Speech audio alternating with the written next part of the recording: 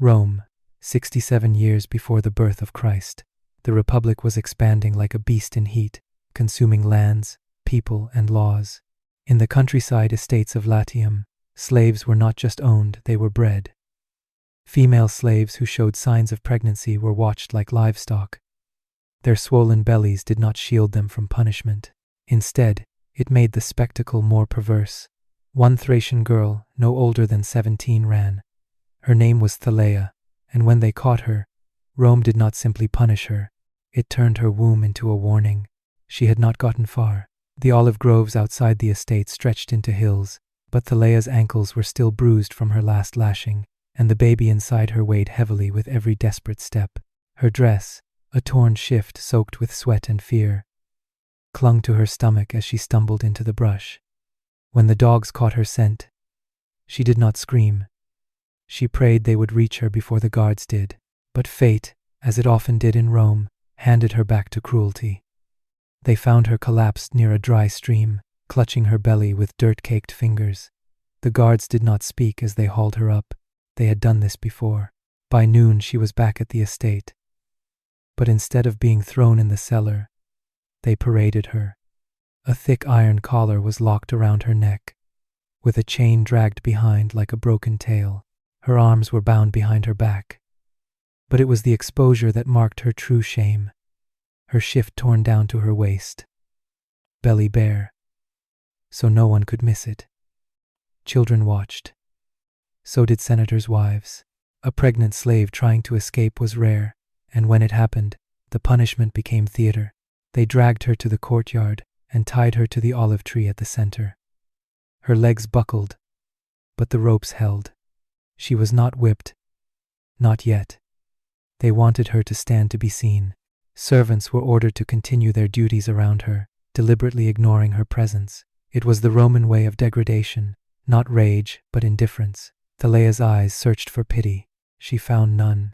One overseer, a tall man with burnt skin and a missing ear, approached with a scroll. He began to read aloud from the Lex Peculium, a law regarding runaway property. The language was dry, but the message was not. Pregnant slaves could not be beaten without consequence, but they could be worked, humiliated, displayed, and so she stood there, belly round, sweat dripping down her thighs, as a Roman law was turned into a spectacle. No one touched her, but everyone watched her suffer. She was not given rest. The next morning, before the stars had fully vanished from the sky, Thaleia was yanked from the ground where she had collapsed and forced to her feet. Her knees trembled, her eyes hollow from thirst, but the order had been given. She would work. Not because her labor was needed, but because her body, swollen and slow, had become the perfect tool for a Roman lesson. The law did not permit direct harm to the unborn, but there were ways to break a woman without ever laying a hand on the child. She was ordered to carry stone amphorae from the vineyards to the grain store, over and over again. Each vessel was nearly half her weight, and her bare feet slipped on the dry dust. Every stumble sent a jolt through her belly. The overseers did not look at her face. They looked only at her stomach. Her suffering was not a byproduct, it was the performance. As she strained beneath the weight of the jars, she could feel the baby shift inside her, as if recoiling from the world it had not yet seen. Other slaves watched. That was the point. The master had declared that Thaleia's punishment would be a disciplinatio gravidis, a training of pregnant slaves. But there was no training, only slow torture hidden behind the mask of duty. Thaleia was not given water until the sun was directly overhead, and when she finally drank, the guards mocked her for the way she trembled. One said, "She drinks like a dog that lost its litter." The others laughed. By the second day, her hands were blistered, and her legs streaked with dried blood from where the iron shackles had rubbed her skin raw. The pain in her lower back was constant, and she feared every breath might be the start of labor. But no one came to check her. Roman physicians were reserved for citizens. Slaves had to scream before they were examined, and even then, it was often too late. She bit her lip until it bled, trying to keep her strength, trying not to cry. Every tear, she knew, would be counted against her. On the third day, she collapsed. The amphora rolled from her arms and shattered on the ground.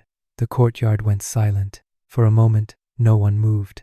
Then a young guard approached, lifting her head with the tip of his spear. Her face was pale, her lips were blue. He looked at the overseer. "Is this still considered lawful?" he asked. The overseer didn't answer. He simply turned to the scribes, seated in the shade, and nodded. One of them began writing. Every injury, every hour, every drop of sweat. It was all documented not as cruelty, but as compliance. Rome did not see what it was doing as punishment, it saw it as order, and Thaleia's broken body was now part of the paperwork. When Thaleia awoke, she was no longer in the courtyard. The smell of perfume and roasted figs filled her lungs, and soft music echoed from somewhere above. Her wrists were bound in front of her, the rope thin but tight enough to bite her skin. She was sitting on a marble floor, her back against a cold column, surrounded by laughter. The punishment had entered its next phase, the spectacle. That night, the master was hosting a banquet. The guests were senators, merchants, and their jeweled wives. They wanted entertainment, and Rome had long ago learned that the suffering of slaves was far more interesting than poetry or music. She was dragged to the center of the atrium, where torches burned low and golden light spilled over polished stone. The master's voice cut through the laughter. "Behold," he said, "the example of a woman who thought freedom belonged to her." The crowd stirred. Some leaned closer, others covered their mouths in mock pity. Thaleia stood trembling as the guests examined her the way men inspect a horse before purchase. One woman, her hair wrapped in gold ribbons, asked if the baby would survive such treatment. The master smiled. "That depends," he replied, "on whether the gods favor obedience." Two servants stepped forward carrying a basin of ash mixed with oil. Without speaking, they painted a gray circle across Thaleia's swollen belly. It shimmered in the torchlight, transforming her body into a canvas of humiliation. The laughter grew louder. Each Roman guest saw not a woman, but a living warning, a creature made to remind others that mercy was a luxury reserved for citizens. The ritual had a name whispered in noble households: spectaculum servi, the slave's spectacle. It was said to purify the household through the suffering of disobedient flesh. One of the senators stood and approached her. He was older, his white toga heavy with purple dye, a mark of power. He asked her name. She tried to answer, but her voice cracked. "Thaleia," she whispered. He frowned. Louder. She repeated it. He smirked. "And who gave you the right to flee?" She said nothing. The senator's smile faded. "Answer." Her lips trembled. "My child," she said. The room erupted in laughter. The senator turned to the audience. "She speaks of love, as if slaves could love." Every question after that was crueler than the last. They asked her what freedom smelled like, whether her unborn baby would also run, whether she thought the gods wept for her. She stood through it all, eyes glassy, mouth dry, stomach burning under the weight of mockery. When it was over, the guests returned to their feast as if nothing had happened. The torches dimmed. She was left alone in the silence, the ash on her skin drying like a second brand.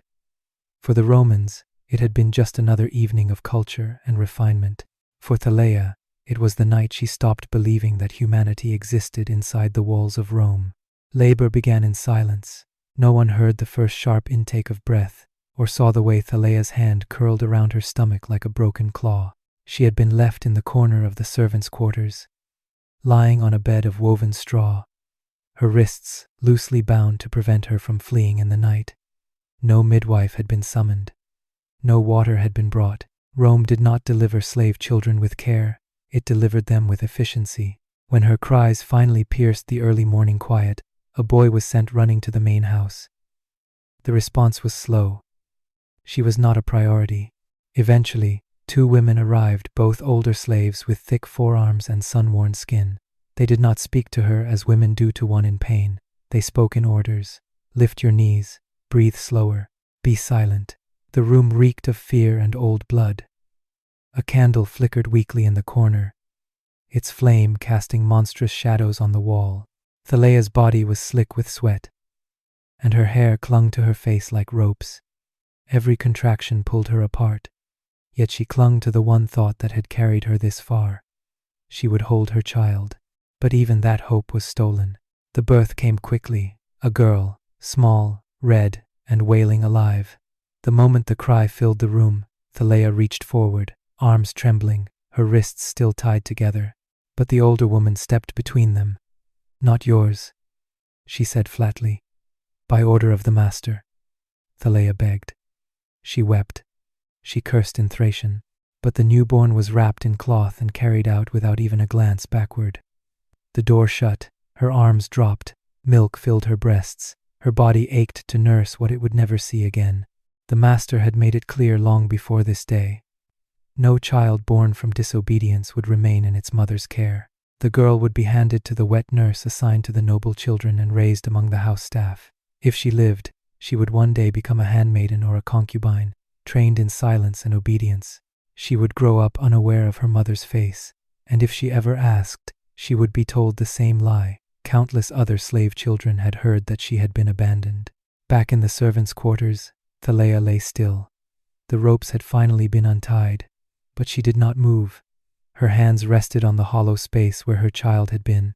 No punishment, no labor, no lashing had ever hurt like this. The pain was not in the body, it was in the absence. The room smelled of blood and loss. Outside, the sun was rising, but for Thaleia, it was night, permanent, silent, irreversible. It took 2 full weeks before she was forced to stand again. By then, the bleeding had stopped, though her steps remained uncertain. Her breasts ached with unused milk, swollen and hot, beneath the linen wrap that flattened her chest. No one mentioned the child, not the other slaves, not the overseers, not even the woman who had carried the infant away. In Rome, silence was not kindness, it was erasure. And for Thaleia, the worst part was how quickly the world continued without her. She had given birth, lost everything, and yet the sun still rose over the villa, as if nothing had happened. But Rome did not forget. Rome recorded, and Rome marked. On the 15th day, she was taken to the rear courtyard, the one used for branding animals and troublesome slaves. The smell of burnt flesh lingered on the stones, mixing with blood and iron. 2 guards stood waiting, and between them, a low bench. She was not bound. She did not resist. There was no strength left in her to fight. Her eyes were vacant, her lips dry. When ordered to strip to the waist, she obeyed without thought. Her body had long ceased being hers. A scribe sat nearby with a wax tablet, noting the time, her name, the reason. Attempted escape during gestation. That detail would follow her for the rest of her life, not just in documents, but on her skin. The iron brand was shaped like a crescent, small and curved, the symbol of a disobedient servant who had tried to flee while pregnant. It was not placed on her back or arm, where it could be hidden. No, the chosen spot was crueler. Beneath the left breast, just above the rib, a place that would remain visible to lovers, to doctors, to herself. Every time she undressed, every time she washed, every time she dared to remember, she had once been more than property. When the brand touched her skin, she did not scream. Her mouth opened, but no sound came. The pain was white-hot, spreading through her ribs like fire. The scribe glanced up only once, then resumed writing. One of the guards held her steady, the other counted slowly. When it was done, the iron was dropped into water, and the hiss of steam echoed against the stone. She was handed a cloth to press against the wound, but she did not move to stop the bleeding. They left her there, alone on the bench, half naked and burned, her chest rising in shallow gasps. No one came to tend to her. No one spoke her name. The brand beneath her breast was not meant to punish her for the escape. It was to ensure that she never tried again. It was not just a scar, it was a sentence, and Rome had carved it into her flesh for eternity. The years passed, but the brand never faded. Beneath Thaleia's breast, the crescent scar remained a raised, pale curve etched forever into her skin. She had no mirror, but she didn't need one. She could feel it every time she bathed, every time her fingers brushed the edge of her ribs. The mark had become part of her body, as familiar as the bones beneath it, and though the pain of the burn had long since vanished, the shame it carried had not. Rome had found a way to keep its grip on her, not through chains or lashes, but through memory. She never tried to run again. That part of her, the part that once believed in escape, in freedom, in the promise of something beyond the walls, had been buried the moment they took her daughter. She sometimes thought of the girl, of what her face might look like, of whether her laugh sounded like her own. But no one ever spoke of her.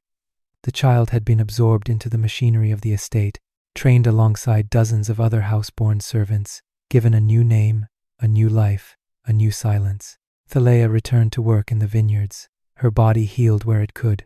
She kept her head low, her voice soft. She learned the rhythms of punishment and reward. She studied how the masters moved, how their eyes scanned a room, how their tone shifted just before cruelty. Survival in Rome did not come from strength. It came from invisibility. She became a ghost that served. But some nights, when the fields were quiet and the wind carried no orders, she would lie awake, fingers resting over the scar, and wonder how many others bore the same mark. How many women had tried to run? How many had been caught? How many had been forced to give birth in silence, their children stolen, their names forgotten? Rome did not record their stories. It recorded their punishments. History speaks of Roman law as a marvel of order and civilization. But for the slaves, especially the women, those laws were cages wrapped in parchment. Behind every scroll was a throat choked with fear. Behind every edict, a womb used as leverage.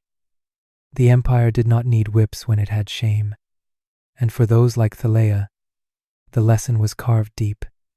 In Rome, the body was never truly theirs, not to love, not to protect, not even to carry life. If this story disturbed you, it's because it was meant to. These are the parts of ancient history that textbooks leave behind, the stories of the voiceless, the chained, the forgotten. Subscribe to our channel for more truths buried beneath empire and time.